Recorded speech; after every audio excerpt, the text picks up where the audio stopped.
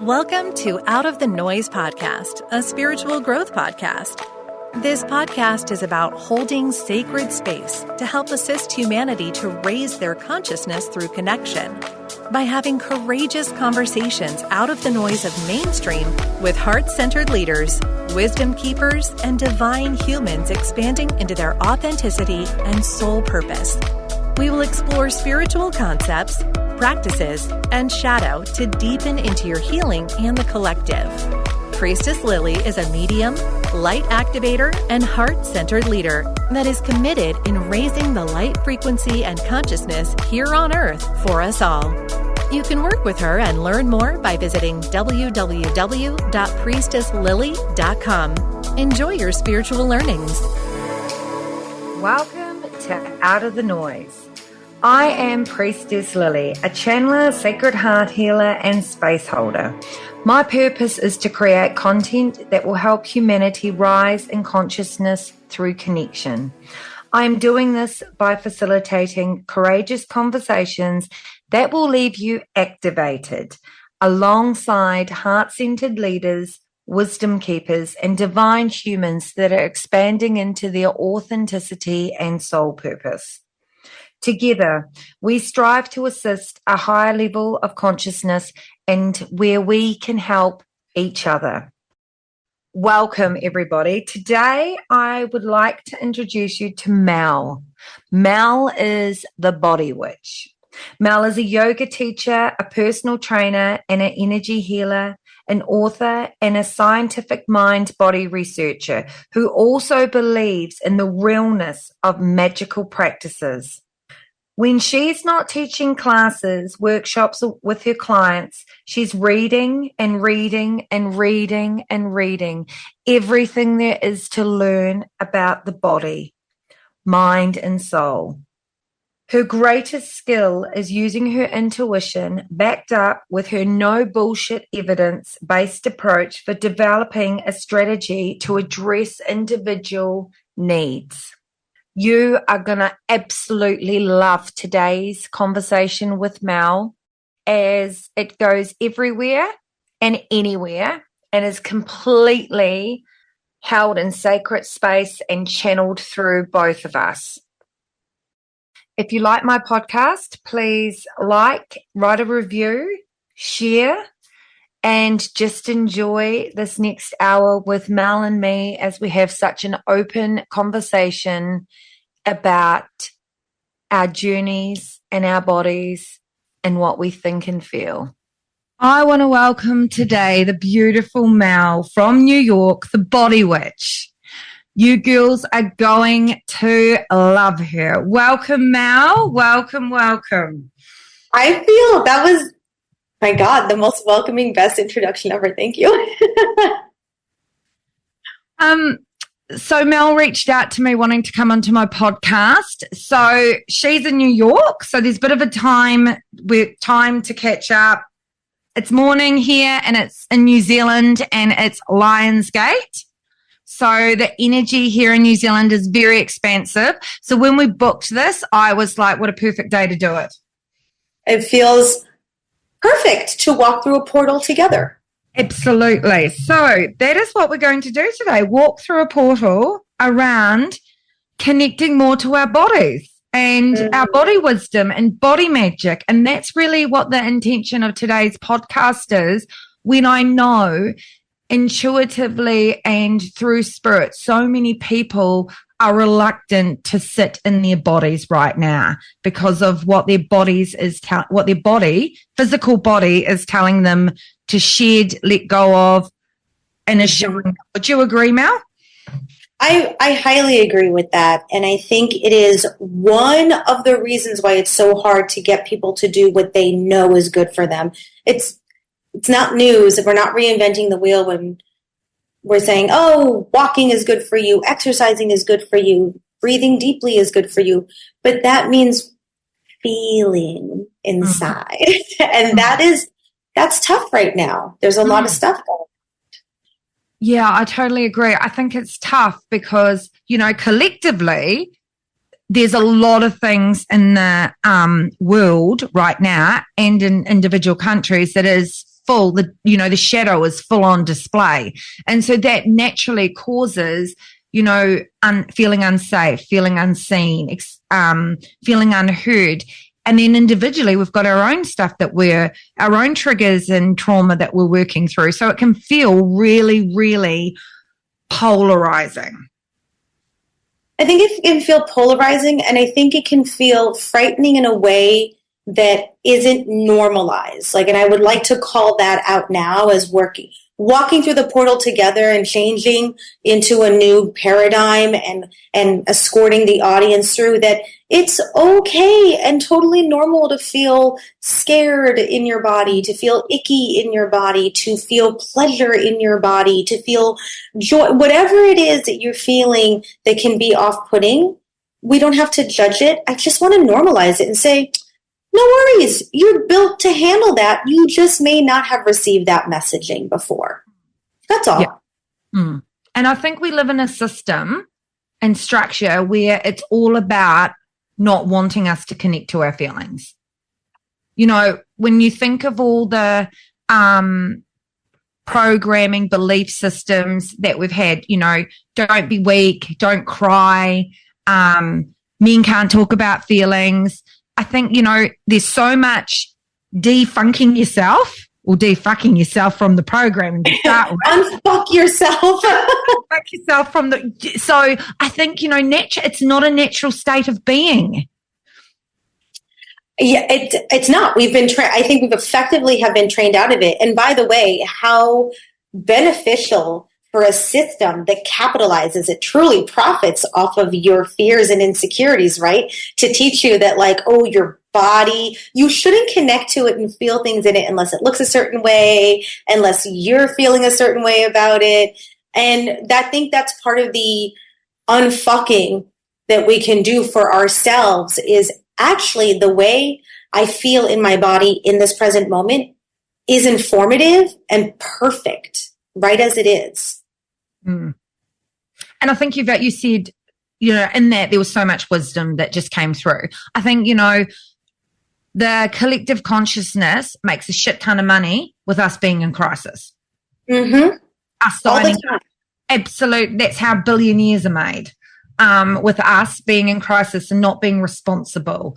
And I think, I know now more for myself than ever, all the tools I need are within me in order for me to move through. But we're just so used to not doing the inner work and always looking for the outer solution.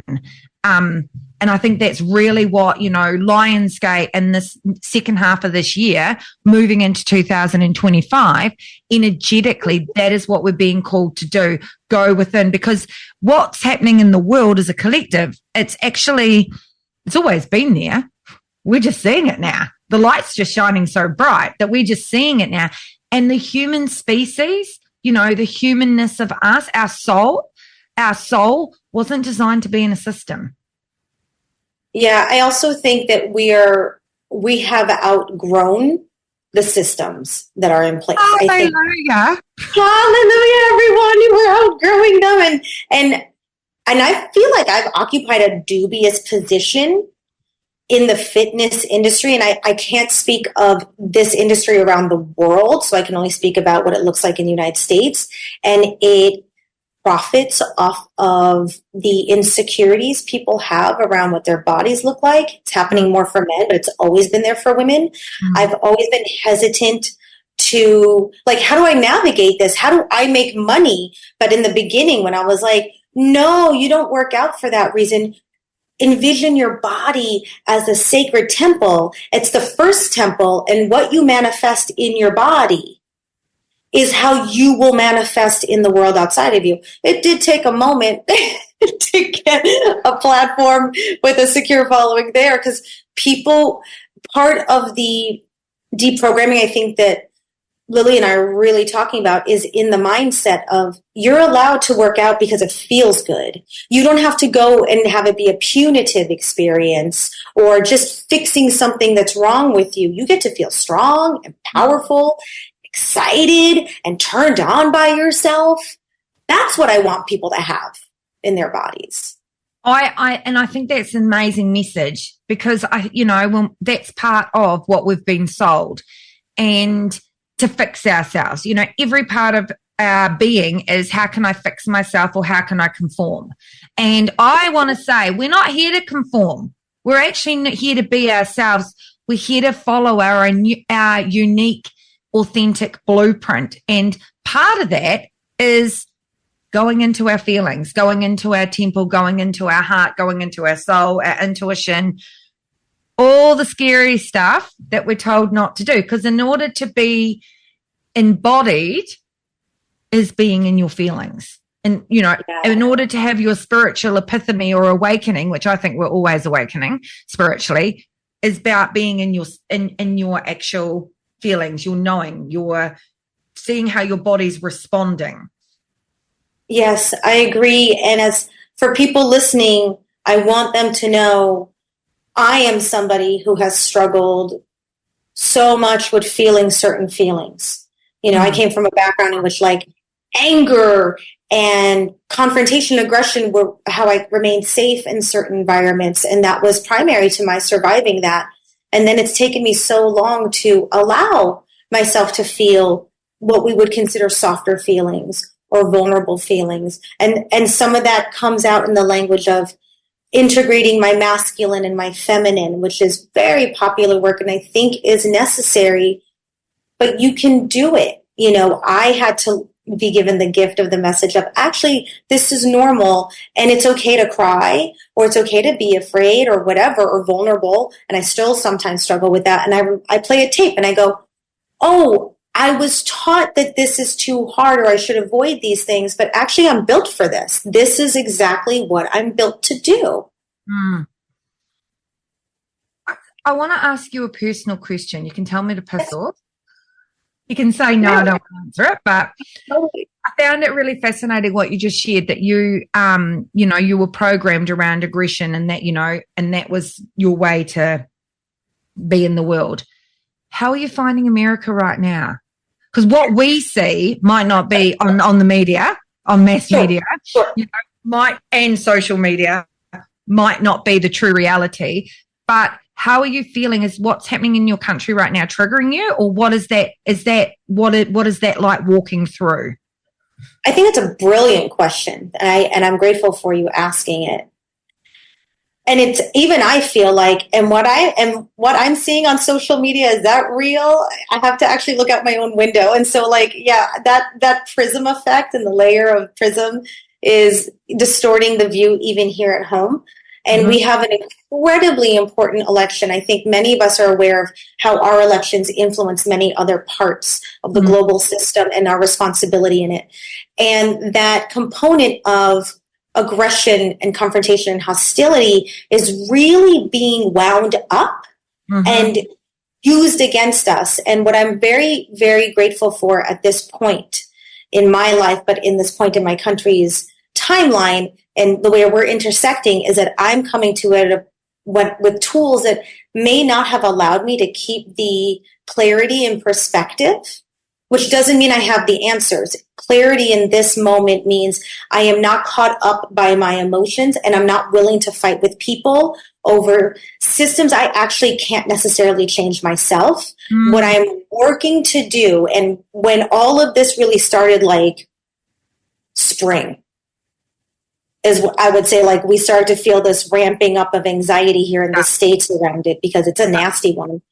And there's a lot at stake for many of us, that instead of getting caught up in the fight, that our job was to go within and to remove the schmutz that keeps our lights dim and keeps us disconnected from our own. Do you like, you like that, Lily? Yeah. And then, that keeps us from our own humanity, because that's how the divisiveness wins. Yeah.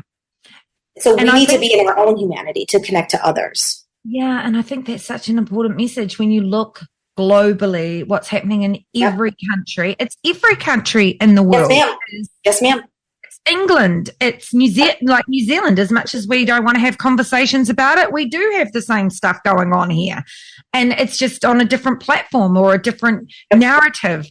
So I think that's really, really important, because as the world gets more uglier, more violent, more angry, more suppressed, voice, how do we navigate that without being triggered in our own fears? And I think recognizing that sometimes I am triggered, and what is the appropriate, I'm a Puerto Rican Mexican woman from New York City. I have skin in this game. In order to achieve the vision and the goal I have for myself and for my fellow country people, I want to do that with constructive energy. And as a witch, my motivations and the energy I use to fuel my actions and my decisions matter. And I could either get in on the anger train, which it's there. Don't get me wrong. I have my rage and I'm willing to fight when I need to. But if I can find softness along the way and save my energy for the moments when I really do have to fight, I find that to be more constructive than just constantly waking up every day with a combative experience in my system. And then I suffer for it. Yeah. And I think that's really, really valid. I mean, I totally agree with what you just said. I think right now we're being asked to anchor more light, for me, and, where I felt like I had to fight my position as my rights were being taken away. A few years ago, I decided in that moment, after we transitioned out of it, and I know we're going to transition into something similar again, I decided, you know what, if I want to change the world, if I want the conversations I want to have, the collective consciousness just ain't there for it. They're not there to receive those conversations right now. And some people are, some people aren't. And I respect that. But if I can teach people intuition and to tap into what they know, they'll be able to discern. They'll be able to discern. And that's where I just went, that is my focus. That's what I'm here to anchor in the world. How do we allow more people the space to connect to their intuition, to their soul light, so then it creates the ripple effect? And you're just doing it your way, and I'm doing it my way. I feel like that is absolutely true. I also want to acknowledge the fact that you are a mother. And so that has another layer and component of how you bring that, how you birth that into the world, literally in your being, and how, that beautiful energy of kind of Gaia, mother love, goddess energy that comes forward that I feel in your presence, even on Zoom, is so clear. And we need as many different forms of that light as possible to help the collective, because and I'm kind of careful with that language, right? Because I don't want to ever feel so comfortable in myself that I'm like, oh, I don't need to do any more work, or I'm enlightened, and I'm like, no, that's not true. But I have something that others don't, and that is the capacity to self-regulate. Yeah. To recognize that my emotions are not always reality. And that's enough. Yeah, and that's the thing. Oh my God, there's so much I want to say. You're like, first thing I want to say, I feel like it's my responsibility as a mother to teach my son intuition. Yeah. I feel like that's my responsibility. Right now on earth more than ever, it's my responsibility to teach him intuition, to become curious, to have any conversation he feels that he can have, and become curious to why people feel or think the way they do, and have respectful conversations. That is my responsibility, because then he will be able to discern the bullshit. Amen. Really quickly, and he won't be 43 stepping into his work. He'll be stepping in. Well, he's now charging $5 for oracle readings. But do you know what I mean? Like that's the energy. And I also feel like the things that I don't want to look at or fight as a mother, or actually hold the vibration of wanting to become curious or change or I don't want to say stand up for, but like, open to. I'm just birthing those problems for him. Mm-hmm. And it's going to be harder to get those things back. Whatever it, it's going to be harder to shift I do think it's going to shift anyway, but you know what I mean? Like, I feel like it's another layer. So I'm really conscious as a mother. What am I signing up? What am I participating in? What am I signing up for? My lack of not speaking how I feel or my truth is when my body becomes out of frequency. Yes. Oh, big time. Oh, big time. People need to start paying attention to the emotional mental triggers that cause body upset. And this is not like total woo-woo anymore. We now know that there are measurable physiological underpinnings for every thought and emotion you have in your body. And that's why I was saying, but I can self-regulate. Or your son has the capacity to hear through his own voice through the noise, which is all we're all looking really to do. And I see your work with him, and I applaud him, because that to me also heals the pain that men are suffering in this world. And I know that that's a charged conversation, and I really respect all the feelings around that. And men have been under the same systems of oppression. It just looks different.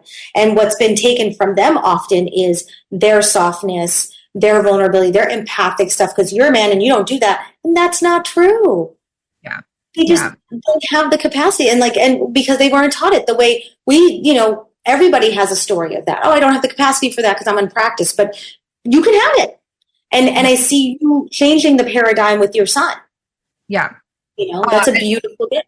Yeah, it's just not an option for me. He's not going to grow up thinking there's something wrong with him. And I think it's the best magic you have it's the best source that you have on tap. You said something really, really valid about, you've said everything that's like, I'm just like, oh my God, delicious, delicious, delicious. We're in the same tribe. Yeah, delicious, so much wisdom. Reality versus what you're feeling. I think that's really, I think also so many people are getting caught up on timelines. If I don't do that, then this will be the end result, but they're not being in the present moment, being in the present feeling. They've already taken themselves from here to fear without real, they're big, and social media, massive contributors to that, and such a massive concept. Our governments. Yep.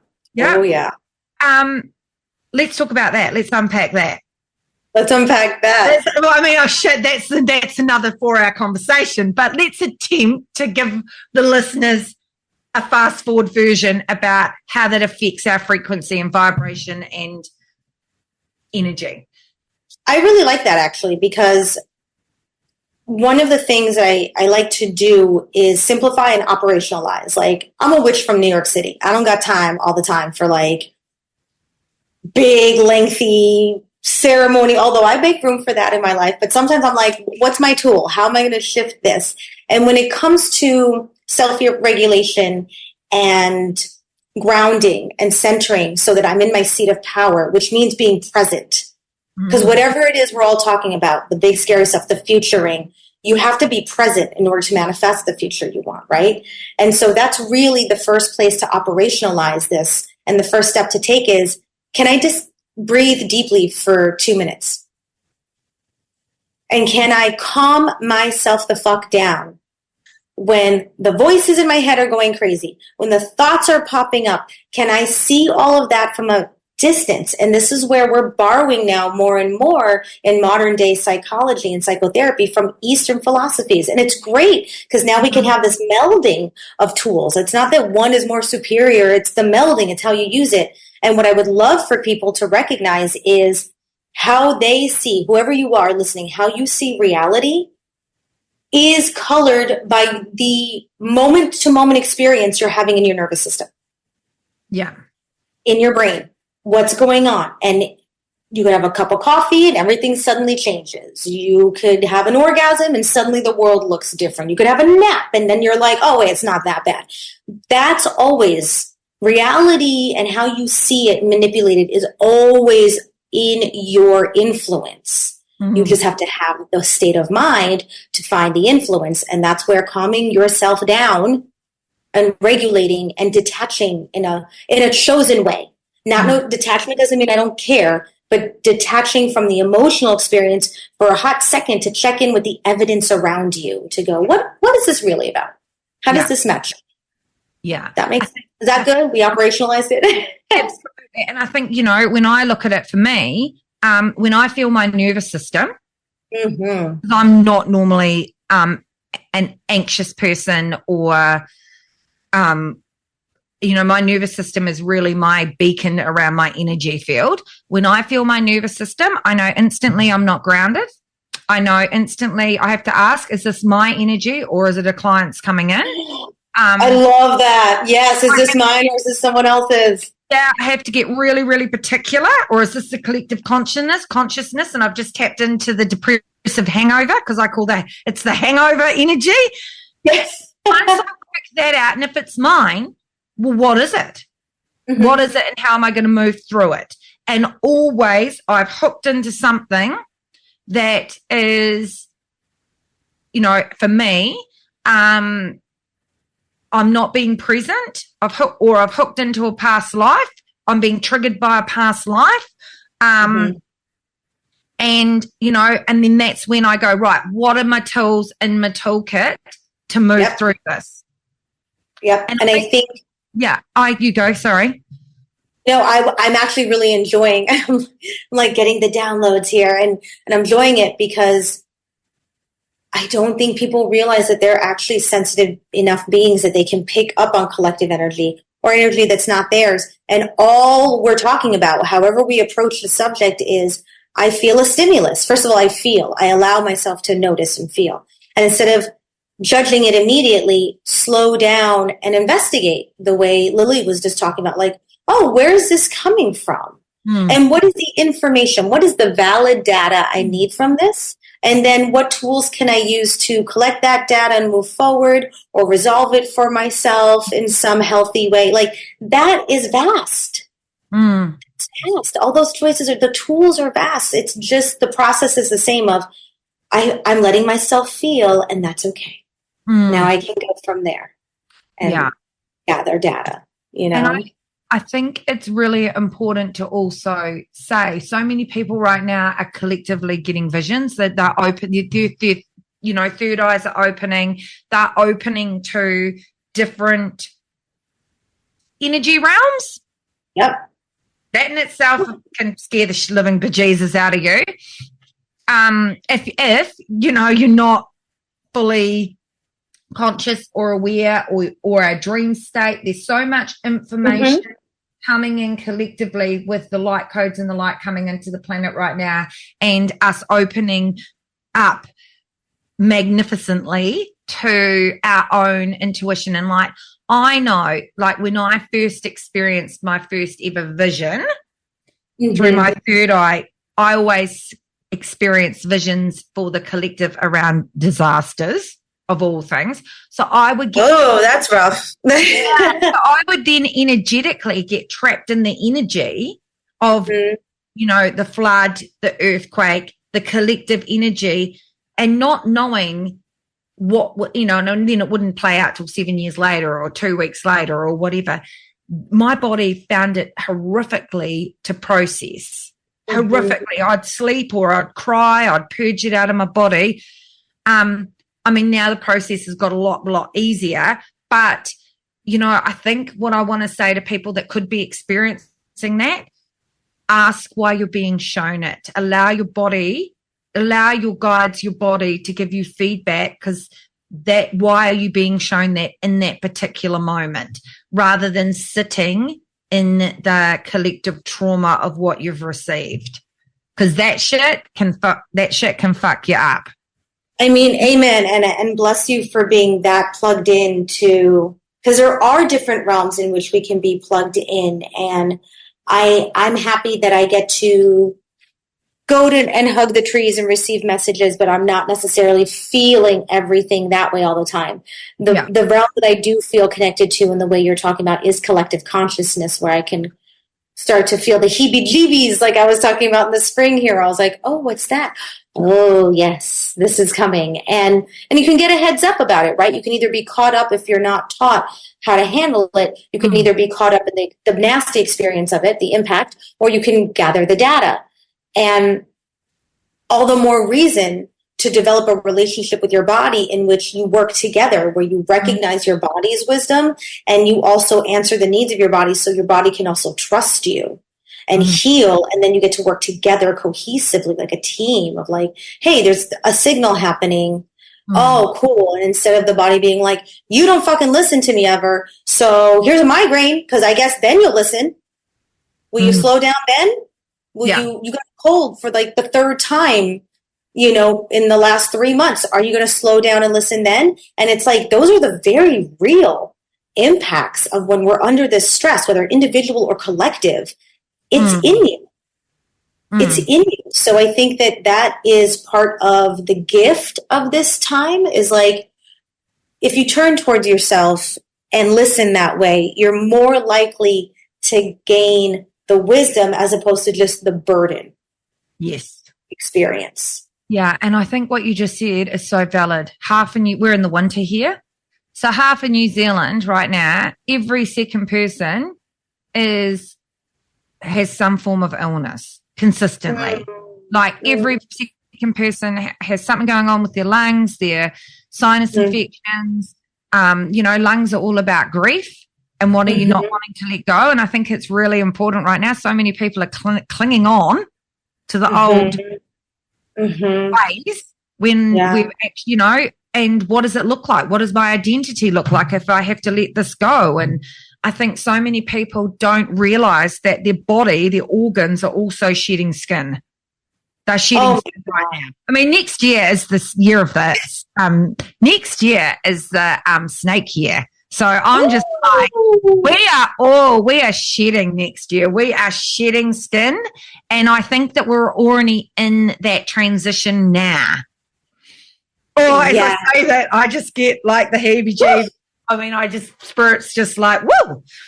Yeah. I love what you just said about, and first of all, I send so much love to New Zealand, because as an American who's never been there, there's a fantasy about New Zealand and many other countries that they're like, there's bastions of humanity that do not suffer with any of the garbage we suffer with here. And that's never true. There's complexity everywhere. Yeah. And I want to acknowledge that there's always something going on somewhere. And when I hear what you're saying, the first thing that comes to me is how our physical being is impacted when we don't allow ourselves to feel or express our desires. That doesn't mean you actually have to act on them. We all have desires that we may not actually ever want to come to fruition, but to clamp down so hard, literally, on your own voice, your own truth, your own identity, what you really, truly desire, to never even let yourself feel it or speak that out loud in the privacy of your own space. To never look in the mirror, look in your own eyes and say, this is what I really want. This is the truth of what I feel. And that will fuck your shit up. Most of my work sometimes is just helping people identify how emotional stress or traumas are still showing up in their bodies. And again, not in this like woo-woo way where like, oh, your liver holds your anger, therefore your childhood. Like, no, like, hey, you're compartmentalizing around a really shitty relationship. I'm so sorry that you don't want to leave that because you're scared, but you have a choice to make. You either live with this illness that's constantly in you because you're stressed and your body's breaking down under that stress, or we embrace the unknown and we move forward, or we learn to manage it and at least speak the truth out loud in certain spaces so you can manage the experience better. I totally agree. So for someone listening to this that is going, holy bejesus, where do I even start? Where do I start? I'm scared of my feelings. what's going on, what would be the first thing, because we all, like, you'll have different tools to what I have different tools. So what is the first thing that you would say to that person that is like, I'm scared of my thoughts and feelings? Is, first of all, bring in the voice of self-compassion and remove judgment as much as possible, because that is just a distraction from the process and will cause more angst. But if you're like, I'm really afraid of my thoughts and feelings, allow yourself to settle in the power of your truth already. That, like, the fact that you even just let yourself have that and you said it, wow, that's already a sign of your strength, your capacity, and your ability to observe. That means that you have the capacity to actually look at your thoughts and feelings from a certain distance, and that is the way in. And then there's all these other tools around it, right? Like deep breathing, hugging yourself. There are somatic tools to help you move through it. But if you're feeling that fear, normalize it. Say, good job. You named your fear. Wow. I wonder what else I can name. Yeah. And then you start putting one foot in front of the other. Get curious. What else am I feeling? That's so interesting. Where did that come from? Why would I be afraid? And then you start dismantling the systems internally. I think that's so important. So many people are, and that's how we become embodied. That's how we become less, that's how we become our own frequency. That's how we become more in tuned with our own light. Yes. And I feel, I know that it is so important. It is so important right now because so many people are getting, intuitive hits, feeling their feelings en masse, but they're too afraid to follow them. So I tried to quietly. No, you're no, affirming what you're saying. They're too afraid to follow them. And that's where I think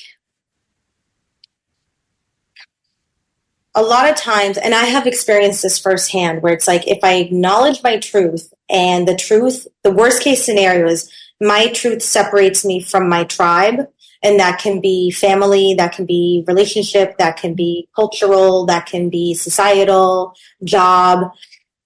You don't have to do anything about it right away. And in fact, that's what we're trying to get people to do in this conversation, is to slow down. We're not saying trade one anxiety for another. Oh, I have anxiety because I don't listen to my truth. Well, now I'm going to listen to my truth, and I have the anxiety of I have to follow through on it. It's like, no. We're not even there yet. We're just saying, allow yourself to see and feel, and you don't have to do anything about it. And what you're going to discover is that, oh, my thoughts and my feelings indeed do not last forever. They will shift. They will move. It will stop. I will eventually get distracted by something. Something else will happen. And if you just let yourself acknowledge what's going on inside, then your body can actually have it move through without causing more physical angst, at the very least. And I think that it's so important for people to listen to this podcast and re-listen to this podcast, because as we move through the coming months, our body temple space, our feelings, our wisdom, everything like that is just going to get more and more louder. As the world gets louder, we're actually being called within. And if you choose not to go within, it's going to actually physically make you physically stop. And when I think of COVID, the whole world experienced, as much as it was, for everyone a different experience, the whole world experienced the stillness, got locked up. We all went into lockdown. The whole world went into stillness. We went into stillness because we were meant to go within. Oh my God. Some of us went within and went, holy bejesus, stuff this shit, I'm out the gate, I'm moving home, I'm not, whatever. That was me in my massive spiritual portal, where some people were so much in fear that, they were always looking for the external. I do think we are being called back to become still with what we need to know. And you know what? In the stillness is where you actually get the most wisdom. You might not like what you're being told. Shit, there's many a times I haven't liked what I've been told. When I was still in my first marriage and started meditating, I got told, I wasn't meant to be in the bloody marriage. That scared the bejesus out of me, because then we have a choice to actually acknowledge that and change. But what I want to say is, when we feel the fear, we have the courage to change. Yes. We have a choice. When we're just sitting in fear, nothing changes. That's right. When we're unconsciously just rolling in that versus I'm going to now put my perspective on this, what's happening.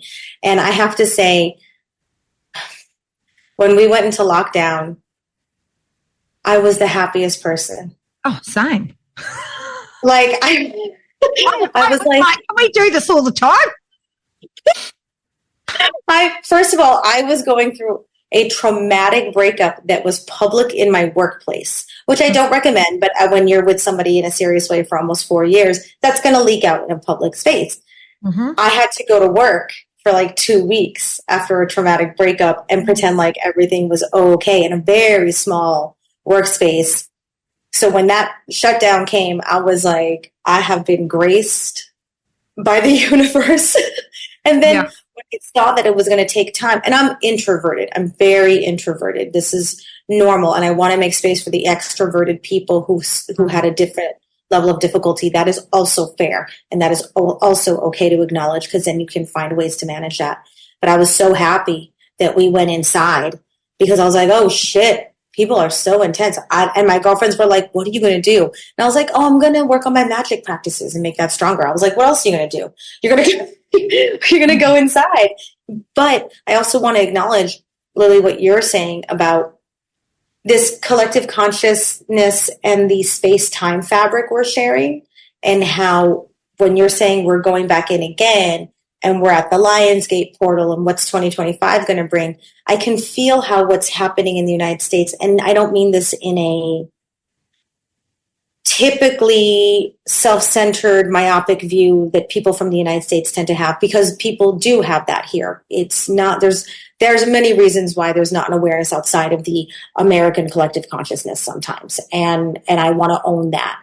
But I feel like if you visualize the fabric around the globe of our collective experience, we're pulling really hard because of the political scene here. Mm-hmm. And it's triggering re-experiences for other people around the world. And it's another reason why I'm feeling the responsibility to, we need to step into the light as a whole in our country, so everybody can be supported. Yeah. And we can take responsibility for our place in this world in a real way. Mm-hmm. So I'm working on it, everybody. Well, you know what? It's like when we anchor our light, it has a ripple effect, and that's how we change the consciousness as a whole. So if we all individually tuned into ourselves, it would change a hell of a lot faster, because we'd upgrade into our heart chakra out of our solar plexus and identity, and we'd start working for humanity, for the human experience, not the individual experience. But you know what? I don't think that's going to happen in my lifetime anytime soon. But all I can be responsible for is my knitting in this collective. Maybe my son, I hope he gets to experience that. But that's literally it. We're being upgraded. We're being asked to get the fuck collectively out of our solar plexus and into our heart. Yes. Yeah, we're not there yet. We're not there yet. We're just not there yet. But, you know. We're getting there. We're doing the hard work, everyone. We're doing the shadow work so your lights can shine. Yeah. So don't feel that's just your responsibility. It's, I really want to say something now, but I know that it will piss off a few of my viewers. I really want to say, oh, fuck it, I'm going to say it. Yeah. The problem, you know, there's so many aspects of this that is the problem. The problem is the system's designed for me. The system is designed for me and I don't have to change. But I want to say, if you want to, the system's designed for me and I don't, and even as I say this, I want to cry. The system's designed for me and I don't want to change. You know, I don't have to change. And if it does change, what will be taken from me? And as I say that, I really want to cry. There's a real deepening in this.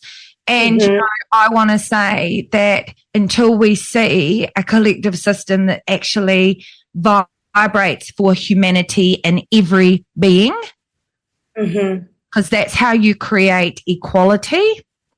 Everyone feels safe in the world, not at the cost of taking from another human or another race or another gender, or like, you know, that's when we move into our heart space for humanity.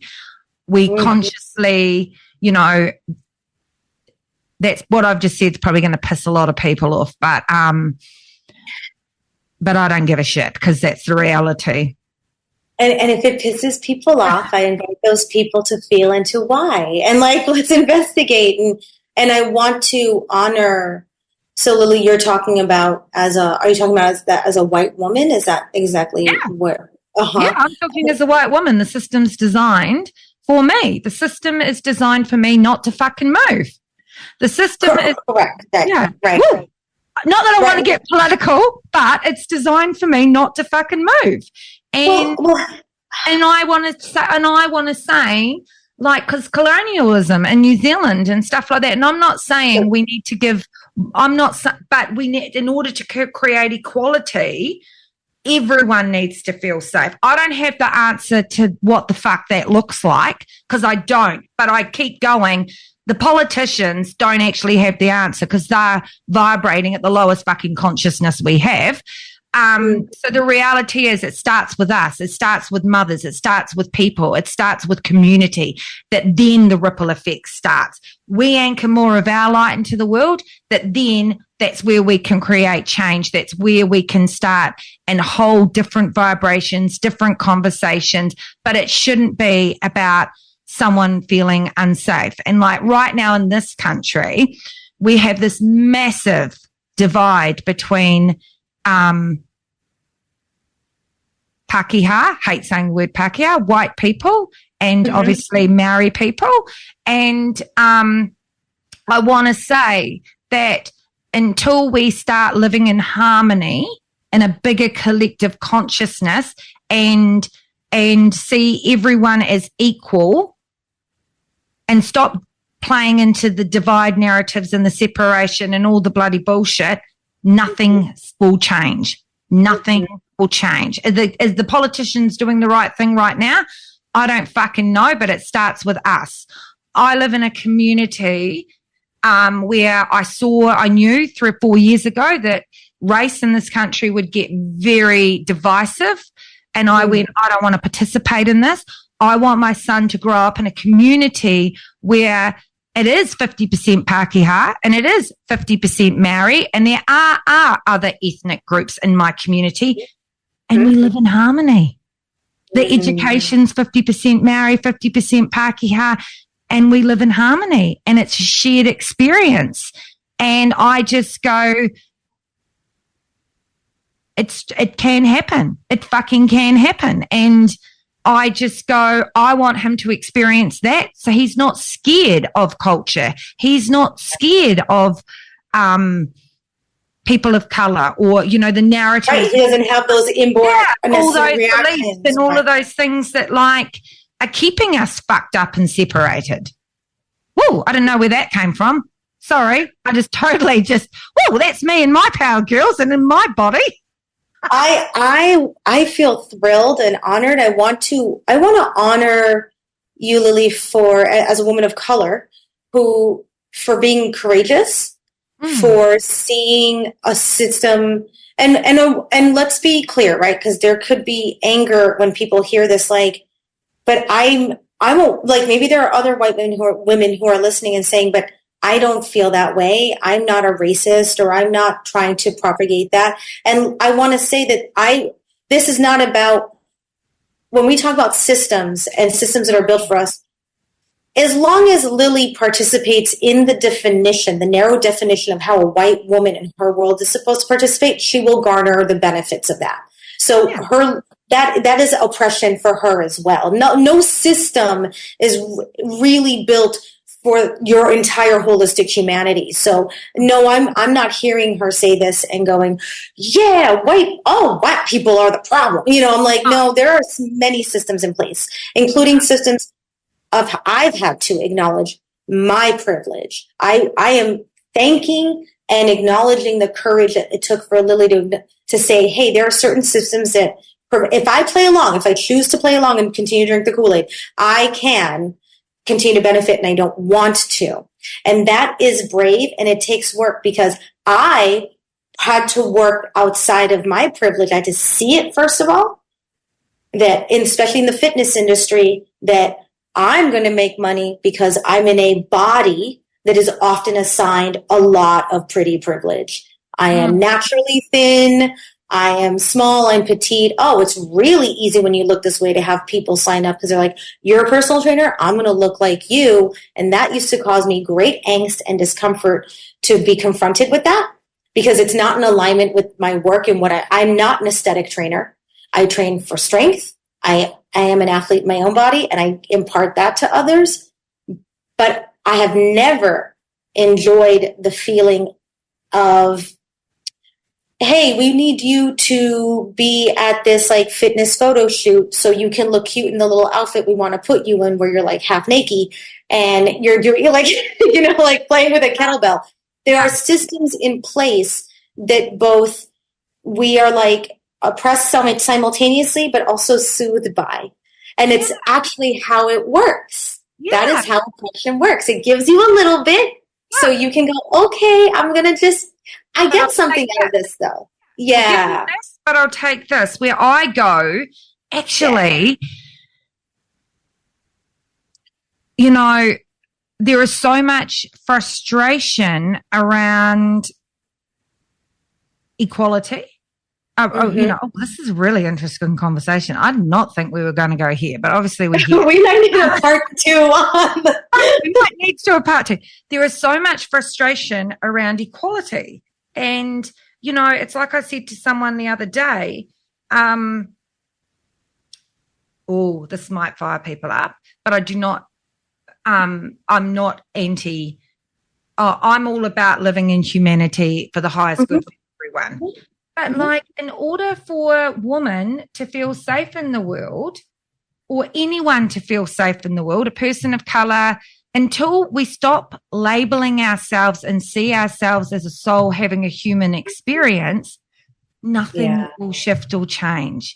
We are consistently programmed to see separation and divide, and the system designs to see separation and divide, and we naturally buy into it. Yeah. Where I go, there are so many things that I need to speak that are out of my frequency. This is obviously one of them. If I don't speak it, it's out of my frequency. Mm-hmm. I get out of frequency. Where I go, I want to live in a world that is already living in its heart chakra. I want to live in a world that is already vibrating. I want my son to have those experiences now that he doesn't see those separation, division narratives every fucking day where I see them being played out in a bigger, broader audience. I want him to experience culture, all Yeah. Yep. So then he feels safe in the world. So he sees and understands equality. So he can anchor that the way he believes it should be in the world, not the way it was taught to me. Well, the world you're describing is a world that's safer for all of us. Yeah. Nobody is punished for just how you're born, who you are, how you identify. It's especially like, at a time when we feel, oh God, my throat chakra is going, especially at a time when we feel so unsafe through our medical choices, through our race, through our gender, through our political choices. Like we're being through having a different conversation and believing through our religion, through our beliefs. Yes. Like it's fucking everywhere that it's really hard to spiritually grow and be embodied when there's feelings that consistently things are telling you that you're wrong for thinking that way. Yeah. Oh, my throat, listen to my throat. You listen to me change. So this is like massive where I go, we're on a big one here, folks. Yeah, we're on a big one. It's a conversation that no one wants to hold or no one wants to talk about. And it ain't going to be the governments that are going to fucking fix it. Yeah. And I agree. This is in order for all of us to live in the world of safety that we want for our children. I am not a mother, but I am 43. And as I continue to be blessed with the opportunity to age into elderhood and lead and influence, I want to leave behind a safer place. Yeah. And that is exactly what I hear you saying. And that begins by acknowledging the systems that we all benefit by. No one has an exception to this. Everyone gets to benefit in a certain way and be oppressed simultaneously. And it's just letting that be true and being like, great, now that I've accepted that, how do I work forward from there? Yeah. And I think that's really important because the reality is the system, the collective will still create narratives of separation if we keep buying into it. We need to have bigger conversations about it. And that comes back to actually sitting in yourself and becoming uncomfortable with what you feel. Yes. Yeah. Letting yourself be uncomfortable and you're okay. Nothing's going to happen. It's just discomfort. Yeah. That's all. Oh, that was interesting. Guys, easy. I did not think we were going to go there. That's another whole podcast. And, that's us. The fact that we can have that conversation, I just want to acknowledge you for receiving that. The fact that we can have that conversation. We live in two different countries. We've had two different lived experiences in this lifetime. I'm white. You're a person of color. The fact that we can have that conversation and not come into some fucking massive argument and explosive bloody, that in itself is like, that's how we start to change. That is the way to do it. When Lily opened up in her vulnerability, I was like, great, let me get closer and show you my vulnerability, the things that I'm uncomfortable with about how I am both oppressed and paid to become complicit. And that is, I love that. I feel so much closer to you after this experience and sharing our tender bits. And I thank you for being so courageous and doing that and letting me share on this platform. I'm really grateful. Yeah. Oh my God. We're going to have to do a sequel, sister. We're going to have to do a sequel because I think it's so important, especially I think there's so many conversations about that keep us. Just you saying what I just said before, that divisive divide, that stops me from thinking what I want to feel about how I want to raise my son. Because I then go, or that stops us from speaking what we feel and having shared experiences or understanding people differently or, journeying on their pathway where I just go, I believe right now more than ever, we as women hold more power in the collective than we ever have done before. Even so at times where it feels like more of our rights are being taken away, I want to say to every woman listening to this podcast, you hold power by being a mother, by being a woman, it's your birthright. It is ancestral right now. stuff that needs to be cleared. It is your birthright to have these conversations, to hold a different frequency, to bring forward something different for your children, for other fellow women. When women circle together and have conversations, we are so much more powerful together. And that is what I want to say. I think that's bigger, don't be afraid right now when all of what you are feeling and you're knowing versus what you're seeing in the world, don't be afraid to speak. And do it. Embrace your power for the sisters who are in systems that will literally die. Yeah. Be systematically punished, raped, mutilated. That's a system that we can assist with once we get into our own power. And that's the responsibility I also feel very driven by. And I think this is it. We as women have forgotten how powerful we really are. Oh, yeah. Individuals, through our innate knowing, through our intuition, through our embodiment, through our feelings, but also when we work together in unity. Amen. Woo! Yeah, pretty cool, eh? Tingles. Oh, my God. And you know what? I think there needs to be more conversations like this. Yes. Absolutely. That, we show up and just share. Absolutely. Absolutely. So gorgeous girl. Well, that was not where I was expecting any of that to go. Anyway. Hallelujah. I just have to get that down. Maybe it needed to come. Well, it'll ruffle feathers, but you know what? We're not here to sit quiet anymore. What final notes of wisdom would you share with the listeners, the listening ears? I know that. I mean, we did re-listen, I guess, because there was a lot of that. I would say, other than if you're not already in a breath practice of doing like 2 minutes a day, just start there to start regulating. I would also ask that people pay attention to their internal self-talk and start being kinder to themselves. And this is very, very hard. What I'm asking you to do is very simple as a task, but it is not easy.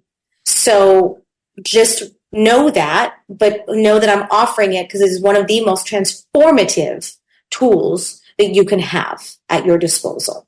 So just pay attention to how you speak to yourself and start bringing that to a different compassionate, self-compassionate practice. Okay, I always end with these questions. I haven't actually done it for a while. What would you tell your 5-year-old self? Oh, I've been doing a lot of that recently, actually. So I'll let you in on the conversation quickly that we've been having. I tell her every time she's afraid to trust other people that it's okay because in the end she has me to land on. And I know that makes me really emotional. And because she shows up a lot recently. And even today when I was reading and I felt, I was just reading a book and I felt some anxiety. I felt her and I grabbed a pillow and I externalized her on the pillow and I held her and I said, hey, you're going to tuck into my arms now. When you're afraid in the world, it's me you land on. You don't have to worry about anybody else hurting you ever again. It's me you land on. So that's what the conversation I've been having recently. Oh, my God, Mel, that's phenomenal. That is so rich. Yeah, she's with me all the time. Yeah, yeah. What would you change in the collective consciousness right now if you had a magic wand? Oh, God. Just the one? You only had one. I know. I kind of go, shit, where would I begin? I would, if I had a magic wand, I would have people be less afraid of their own sexuality and the sexuality of others. Because that's primary. That's a primary to who we are. And however you identify in that, you're okay to be in yourself, and it's okay how you are and how others are. Yeah, love that. Now, what sacred offerings do you have for the listeners, and how do people connect with you if they want to, seek you out, sister? if you want to seek me out. So a lot of this conversation's really fired me up because some of the operational, I love that operationalize, like here's how we move through. And I have a free mini course, call it a mini course. It's not like it's not like hours long. You're going to move through 5 emails and videos that teach you how to move out of trauma and step into your power. And it's really done through a lens of witchcraft and magic, but body-based magic. And I think that would be a nice little tack on maybe to explore after this conversation. And you can find me on Instagram at The Body Witch. I might share that link into the show notes, and then people when they go into the show notes, they can see. If that's okay with you. Absolutely. Yeah, absolutely. And I welcome the feedback. I am not afraid to hear the hate mail or the feedback or the help that's needed. Like we all could use these kind of tools. Move through it together. Mel, holy bejesus, that just blew me out of the water. This was such a powerful. You are amazing. No, you were. This was such a powerful, sacred conversation that I think many of my listeners and your listeners will revisit and listen again, because there were so many gems of wisdom coming through from you and me. And I know that my listeners would probably love to have you back. I just think that this is so beneficial right now with what we're moving into and what we're moving away from, and just becoming more conscious of that. So thank you so much for just sharing, being vulnerable, sharing your wisdom, and just your time, giving your sacred time. Thank you. I feel grateful for everything you just mentioned. The same, your courage, your vulnerability, creating this platform, letting me have any time on it. And I'm happy to come back anytime. Oh my God, we'd love to have you back. I think it's so important. I think it's so important right now for people to have, powerful, rich conversations. Absolutely. I agree. Thank you very much. Thank you. Thank you.